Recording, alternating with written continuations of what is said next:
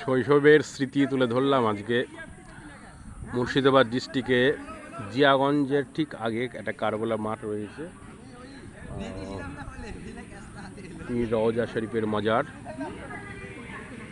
আজকের এই 5G জামানায় যারা মোবাইলে ব্যস্ত থাকে, খেলাধুলা তো চোখে সেরকম পড়েই না, তবুও আজকে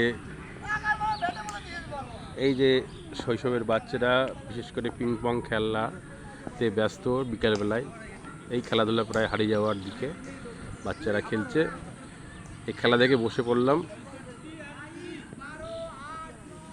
একটা মাজার শরীফে খেলা উপভোগ করছি, খেলা দেখার আর কি, দর্শক আকারে।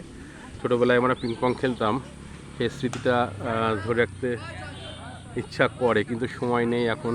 নিজের রুটি রোজগারের টানে বাড়ি থেকে বেরোতেই হবে, এরকম একটা বিষয় লেগেই থাকে। তবে এরকম ধরনের একত্রিতভাবে খেলা আজকাল দেখা যায় না। বাচ্চাদের খেলার প্রয়োজন রয়েছে, এবং শুধুমাত্র মোবাইল উপরে না থাকলেই ভবিষ্যৎ একটা অন্ধকার, সেটা তো প্রকাশই পায়। খেলার টাইমে খেলা, পড়ার টাইমে পড়া, এটা বলা যেতেই পারে। তবে এই খেলা প্রতিটা মাঠে ফিরে আসুক, সেই শৈশবে সেই হাসি ফুর্তি, একসঙ্গে একত্রিত হবে খেলাধুলা। ছয়, আবারও ছয়, রাখলাম। নমস্কার।